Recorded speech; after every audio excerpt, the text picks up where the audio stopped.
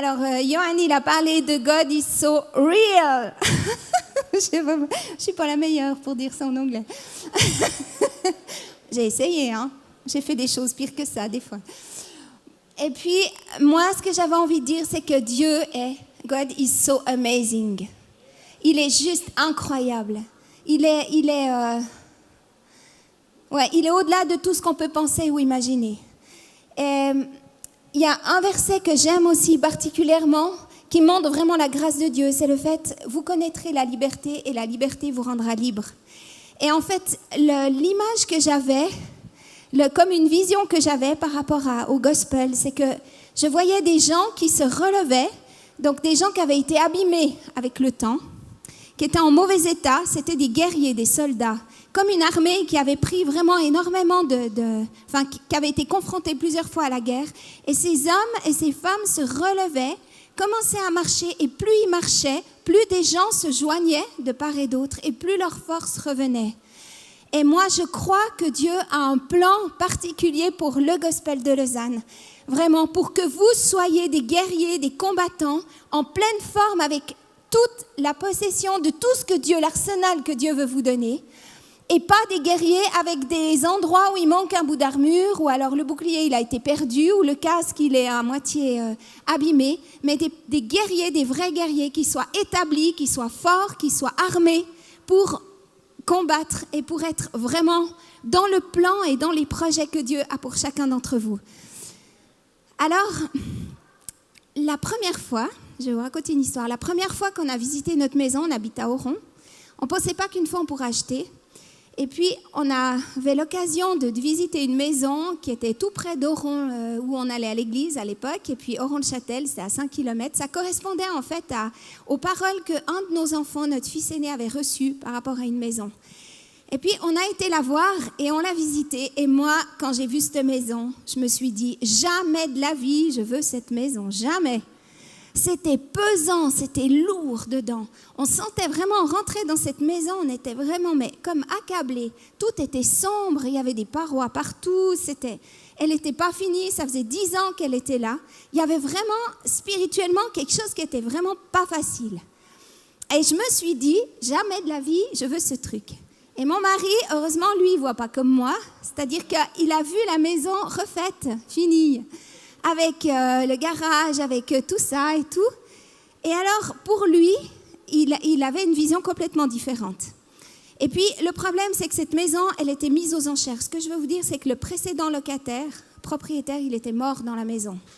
Voilà, de déception parce qu'il s'était fait flouer par la banque, en fait. Ils avaient donné tout leur argent et puis ils n'avaient jamais eu les travaux dont ils avaient besoin. Voilà pourquoi c'était pesant. Et puis, comme c'était une vente aux enchères, il fallait poser un chèque de je ne sais pas combien, mais nous, on ne les avait pas de toute façon. Donc, en fait, on a dit, bon, tant pis, on ne peut pas.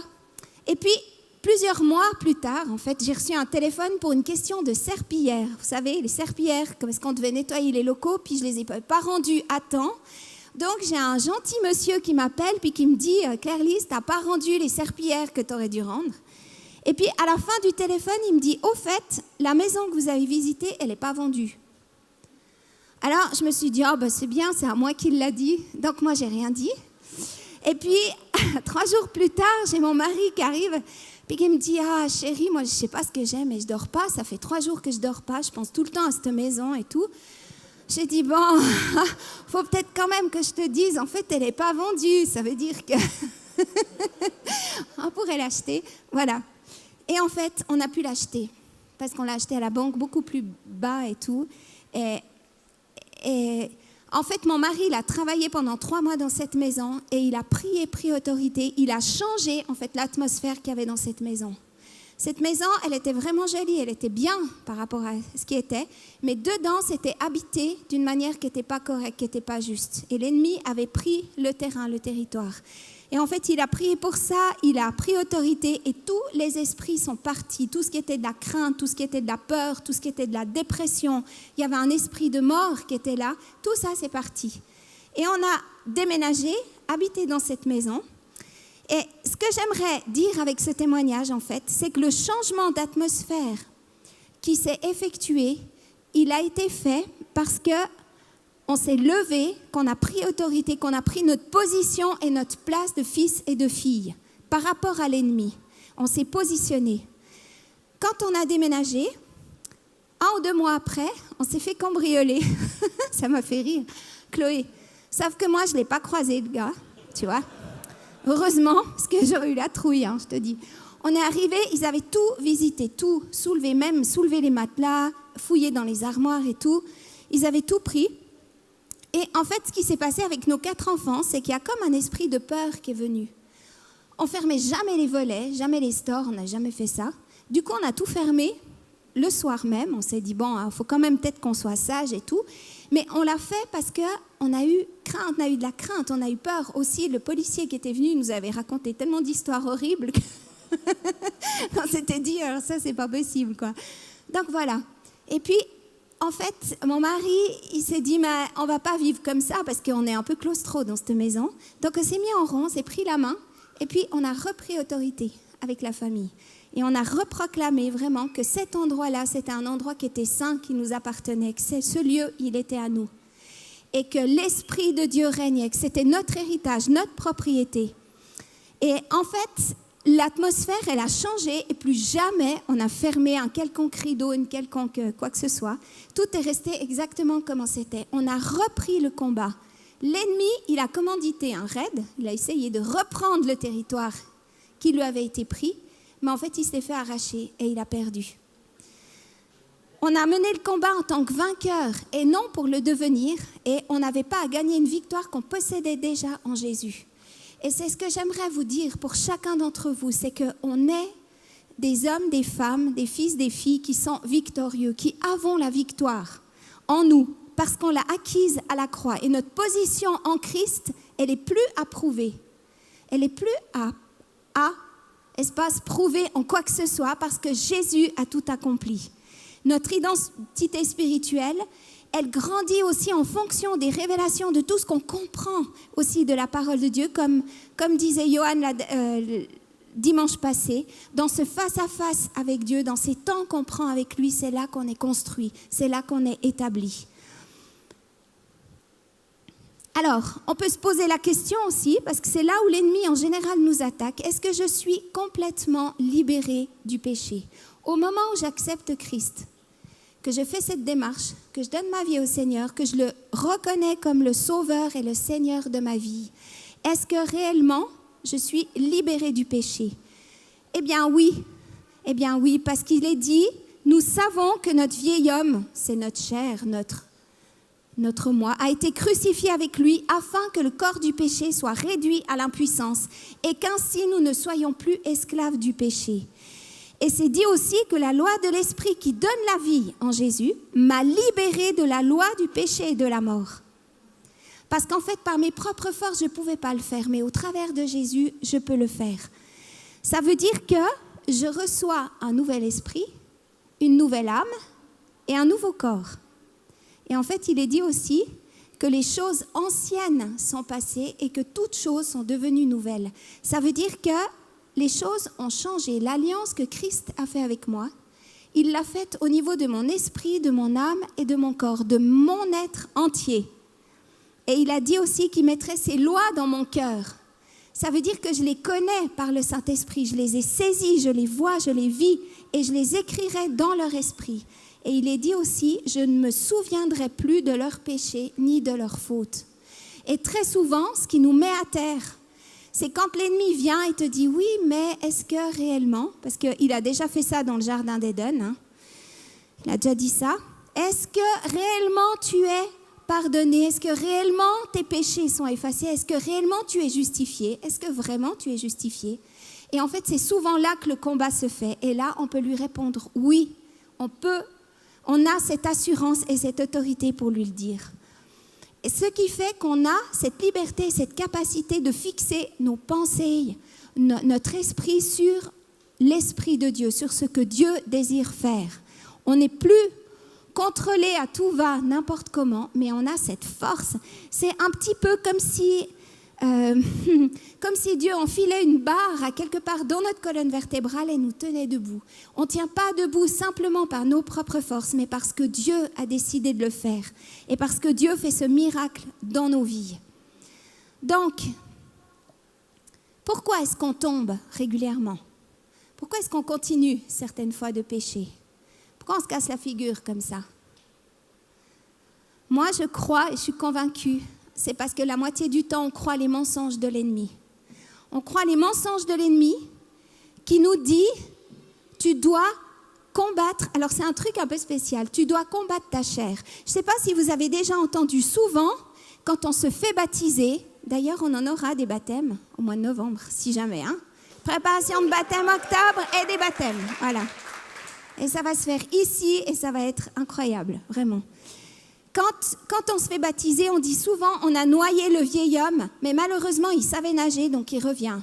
Mais ça, non mais je vous dis, ça c'est grave, hein.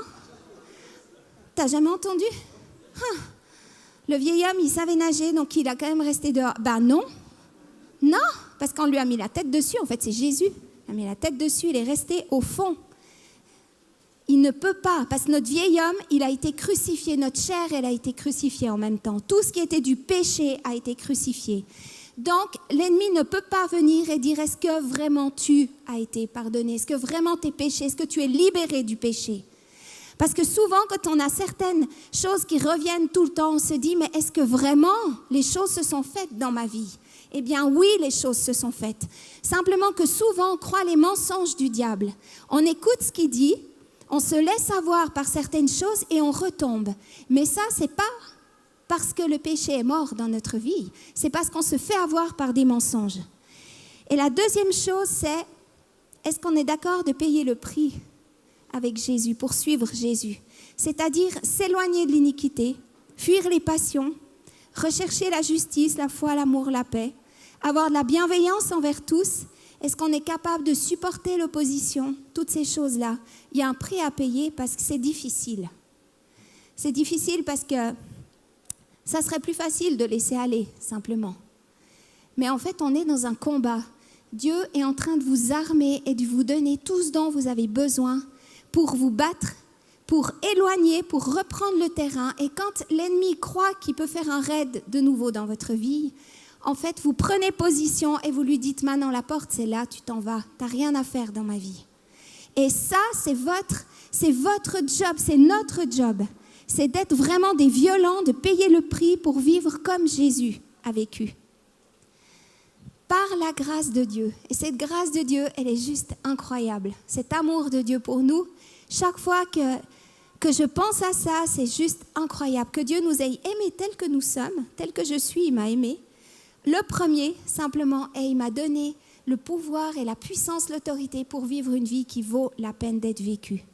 Libre des chaînes, libre de tellement de choses, et vraiment dans la joie et dans la paix. Alors, une fois que votre temple dans votre vie, il est reconstruit, que vous avez vraiment proclamé Jésus comme le Sauveur et le Seigneur de votre vie, en fait, dans votre âme et votre corps, c'est un petit peu comme s'il fallait reconstruire les murailles et les portes de nos vies. C'est-à-dire qu'à cause de notre parcours de vie, en fait, là où l'ennemi a essayé depuis que vous êtes enfant, peut-être même avant, quand vous étiez encore dans le ventre de votre mère, il a essayé de vous détruire. Parce qu'il connaissait votre destinée, parce qu'il savait que Dieu vous aimait, il connaissait l'amour que Dieu avait pour chacun d'entre vous. Et son objectif à lui, c'était de vous détruire. Et ça, il ne l'a jamais perdu de vue. Jamais. Donc, depuis votre enfance déjà, il y a des choses qui se passent dans vos vies qui abîment, en fait, vos murailles et les portes de votre vie. Et souvent, c'est au niveau de l'âme. Et en fait, quand on sait qu'on a été délivré, qu'on n'est plus sous le joug du péché, il y a certaines choses qui sont difficiles parce qu'on a des portes qui sont ouvertes, on a des endroits qui sont mal fermés. Et dans le livre de Néhémie, je trouve hyper intéressant, un livre dans l'Ancien Testament, Néhémie, il était officier à la cour du roi. Son job, c'était de servir le vin au roi. C'était pas mal, ça, quand même. Il était échanson. Bon, il risquait sa vie parce que s'il ne faisait pas tout comme il faut, voilà. Mais il était au service d'un roi d'un pays étranger. Néhémie était juif. Et puis, voilà que le frère de Néhémie arrive vers lui un jour et il lui dit, écoute, j'aimerais quand même t'expliquer un peu ce qui se passe à Jérusalem. En fait, la ville de Jérusalem, elle est complètement détruite. Les murailles sont complètement détruites. Les portes qui étaient là, il ne reste plus que des morceaux. Il n'y a plus rien, c'est une catastrophe. Et des années auparavant, il y avait un autre homme qui s'appelait Esdras qui avait conduit tout un groupe d'Israélites pour aller jusqu'à Jérusalem et ils avaient reconstruit le temple qui avait été détruit. Mais ils ont réussi à reconstruire le temple, mais pas la muraille. Donc, il manquait sérieusement quelque chose. Et malgré tous leurs efforts, ils n'étaient pas arrivés. Et ces murs et ces portes étaient hyper importantes pour protéger la vie et protéger la ville de Jérusalem. Non seulement pour protéger, mais pour définir les limites de leur héritage, de ce qui leur appartenait. Alors, quand Néhémie a entendu ce qui se passait à Jérusalem, son cœur, il a pleuré. Et en fait, il s'est approché du roi et il a dit, est-ce que tu serais d'accord que je m'absente pendant quelque temps pour aller reconstruire ma ville? Et en fait, ce roi, il lui a donné plus que ça. Il lui a dit, mais vas-y. Il lui a presque ordonné d'y aller. Il lui a commandé d'y aller. Et non seulement il lui a commandé, mais il lui a donné de l'aide, des provisions, il lui a donné tellement de choses pour l'assister et pour l'aider pour que ce travail puisse se faire. Le nom de Néhémie, ça veut dire consolateur ou l'Éternel a consolé.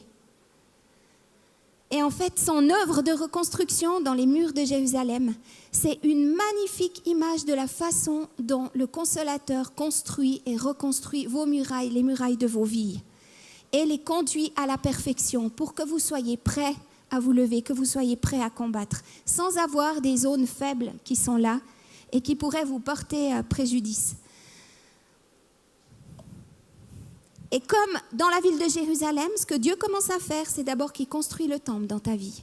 D'abord, il ramène ton cœur à lui. Il reconstruit son temple. Et ensuite, il s'occupe des murs et des portes.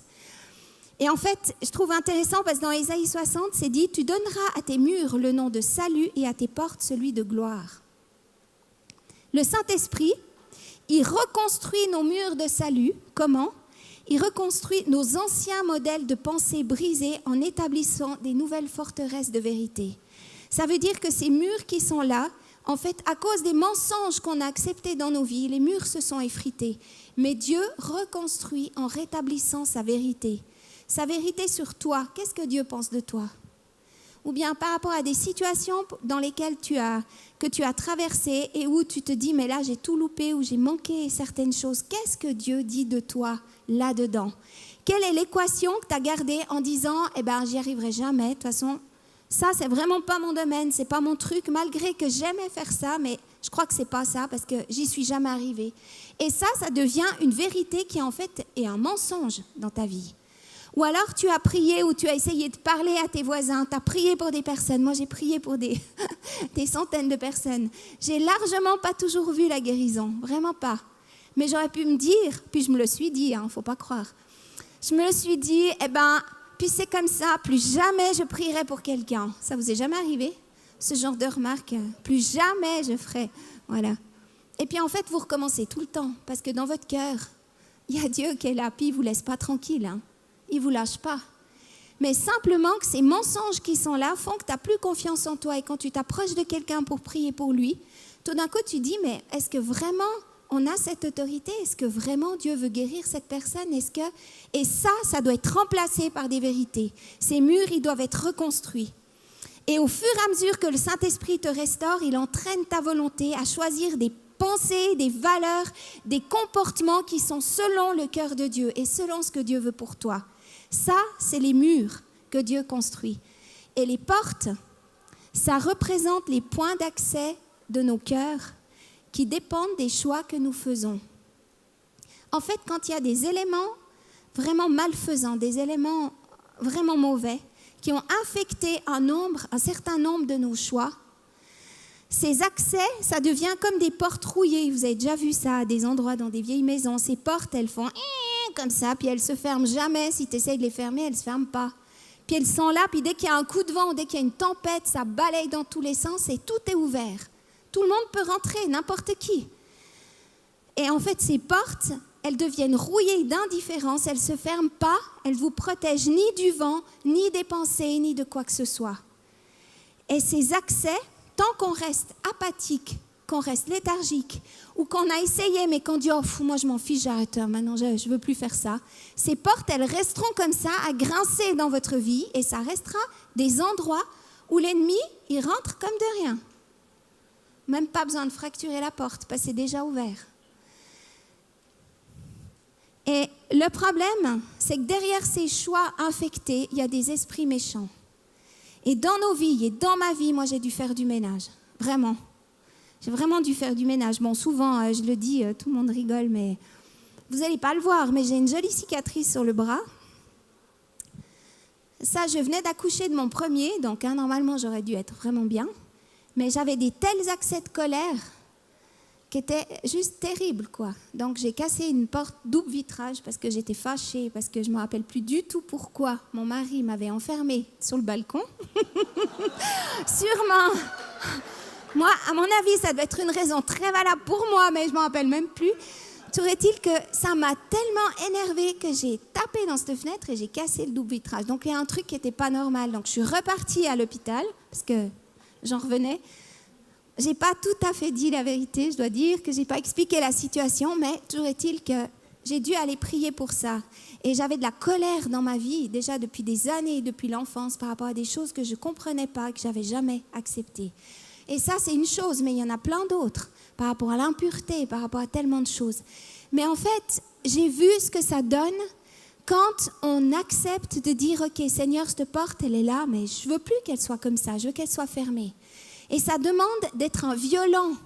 Ça demande d'être un violent parce qu'il y a certaines choses, il faut qu'on se fasse aider, il faut qu'on aille vers quelqu'un, il faut qu'on demande de l'aide et qu'on prie avec d'autres. Mais j'aimerais vraiment vous encourager parce que l'ennemi, ce qu'il veut, c'est que vous ne touchiez pas cette porte, vous la laissiez comme ça. Surtout que vous l'oubliez, vous pensiez à plein d'autres choses, les murs aussi. Vous êtes chrétien, super, mais il y a n'importe qui peut rentrer dans votre vie. Et ça lui plaît. Mais moi, je crois que le plan de Dieu pour chacun d'entre nous, et je le crois par rapport à cette image que j'ai reçue, cette vision, c'est que Dieu est en train de lever des guerriers qui ferment les murailles, qui remettent les vérités en place et qui recréent des portes qui se ferment à clé avec plus aucune entrée dedans. La dernière chose pour laquelle j'aimerais vous encourager, peut-être vous pourriez vous reconnaître un peu dans ces propos. Avant d'avoir pris cette décision ou cette nouvelle orientation ou de vouloir régler cette situation, tout allait très bien dans ma vie. C'était parfait. J'étais en paix, ma relation avec Dieu, elle était plus ou moins bonne, assez tranquille. J'avais aucune pensée qui me venait. Mais depuis que j'ai commencé à me lever, depuis que j'ai commencé à me bouger, depuis que j'ai choisi cette nouvelle orientation, depuis que je me suis inscrite dans ce truc, il y a tout qui va de travers. J'ai l'impression qu'il y a tout qui dégringole. J'ai l'impression que je suis encore plus faible qu'avant. Que des pensées que je n'avais pas, voilà qu'elles viennent. Je pensais que ce sujet, il était réglé, mais en fait, tout d'un coup, ça recommence. Est-ce que vous n'avez pas des fois cette impression-là ? Ben moi, je vais vous dire, vous êtes exactement au bon endroit et dans la bonne chose que vous devez faire. Parce qu'au moment où vous vous levez, au moment où tu es sur la bonne voie, tu es dans le processus de Dieu, tu es dans le processus de restauration, tu es dans la vision que Dieu a pour toi, l'ennemi commence à se déchaîner. Il commence à attaquer, à dire est-ce que vraiment tu veux le faire ? Et il va essayer de te décourager. Alors moi, j'aimerais vraiment encourager tous ceux qui disent aujourd'hui, je ne veux plus que sur le territoire de ma vie, l'ennemi ait un droit. Je refuse de me faire cambrioler comme ça, n'importe comment. Je refuse que ces murs qui sont là soient avec des brèches, avec des ouvertures, et que je continue de fonctionner avec des mensonges dans ma vie qui me persécutent et qui ne m'aident pas, où j'ai la crainte des hommes, où j'ai peur de certaines choses. Je refuse aussi que ces portes continuent à grincer tranquillement et puis que je me bagarre avec des choses, avec la colère, avec l'impureté, avec la pornographie, avec d'autres choses qui sont là dans ma vie, avec n'importe quoi. Je refuse ça. Vous verrez que ça va commencer à batailler. Vous allez être découragés, mais relevez la tête parce que vous êtes exactement dans le plan de Dieu. Et ça, c'est un petit moment. C'est un petit moment, c'est pas long. Parce Parce que Dieu va toucher votre cœur, il va réparer ces murailles et vous allez avoir la victoire. Ça ne dure pas longtemps, mais juste le temps où le Seigneur te dit, est-ce que tu me fais confiance? Est-ce que tu es d'accord d'aller jusqu'au bout? Et moi, j'aimerais qu'on puisse être vraiment ce peuple, ce gospel center, ces hommes, ces femmes qui ne lâchent pas et qui continuent coûte que coûte, qui veillent vraiment à leurs murailles, qui disent, moi, je veux une Jérusalem qui est restaurée, qui est entière, qui est puissante, qui est forte, et je veux aller jusqu'au bout. Et vraiment, je crois que c'est le plan, en tout cas. Moi, je continue, parce qu'il ne faut pas croire, mais même moi, j'en trouve des portes. Tout d'un coup, je ne savais même pas qu'elles existaient encore. Puis voilà. D'un coup, j'entends un petit bruit, puis je me dis, aïe. Ou alors, il y a des fissures. On doit veiller, ça, c'est le chemin. Et c'est pour ça qu'on est plusieurs et qu'on a des frères et sœurs, qu'on a des bases, qu'on a des endroits. On a besoin les uns des autres. On ne doit pas être tout seul. Tout seul, il ne s'en sort pas. On a besoin les uns des autres. Alors, je ne sais même pas quelle heure c'est. Quelle heure c'est? Ah, il y a l'heure. Ah oui, magnifique. Magnifique. Alors, je crois que je vais faire comme ça. Parce que finalement, comme Néhémie, c'est lui qui a dû se lever. Il a dû prendre sa vie en main. Il a dû dire, voilà, moi je sais et moi je crois vraiment que pour chacun d'entre nous, parce que moi je me mets aussi dedans, Dieu a parlé à votre cœur et vous savez très bien quelles sont les murailles que vous devez rectifier, auxquelles une vérité doit venir et quelles sont les portes que vous devez fermer complètement. Et pour certaines choses, vous avez besoin d'aide. Et j'aimerais vraiment vous encourager, à la fin de la célébration, j'aimerais qu'on puisse reprendre un chant où on puisse se lever, où on puisse proclamer vraiment la puissance de Dieu dans nos vies. Alors je ne vois pas du tout quel chant, mais finalement... Tim, il gère, il gère. Mais j'aimerais vraiment vous encourager après le chant, vraiment, une fois que Johan aura clos la célébration, à venir devant pour ceux qui ont besoin qu'on prie avec vous. Et puis, à ne pas hésiter à prendre soit un responsable de base. Moi, pendant une période, j'ai fait une liste des choses que je devais régler. J'ai pris un papier, un crayon, et puis je ne l'ai pas fait au début de ma conversion, je l'ai fait après. Quand j'ai vu qu'il y avait des choses qui restaient. Et j'ai commencé à marquer. Et je suis allée vers quelqu'un et je lui ai dit, j'ai besoin que tu pries avec moi pour sceller ça, pour que ces choses soient réglées. Et j'aimerais vous encourager à le faire. Si vous voyez qu'il y a des choses qui reviennent, demandez simplement au Seigneur. Pas besoin d'aller creuser. On ne va pas creuser un trou dans lequel on ne sort plus. Pas ça. Mais le Saint-Esprit veut vous montrer. Vous savez très bien quand le Saint-Esprit vous parle.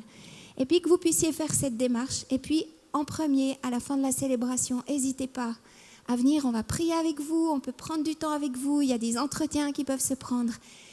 Mais soyons des guerriers qui, qui font la différence et qui gagnent ce Lausanne. Je dis juste qu'on a du job, on retrousse les manches, on a du job. Mais le Seigneur compte sur nous. Ce n'est pas lui qui va le faire, c'est nous. Alors on veut se lever puis on veut y aller, vraiment.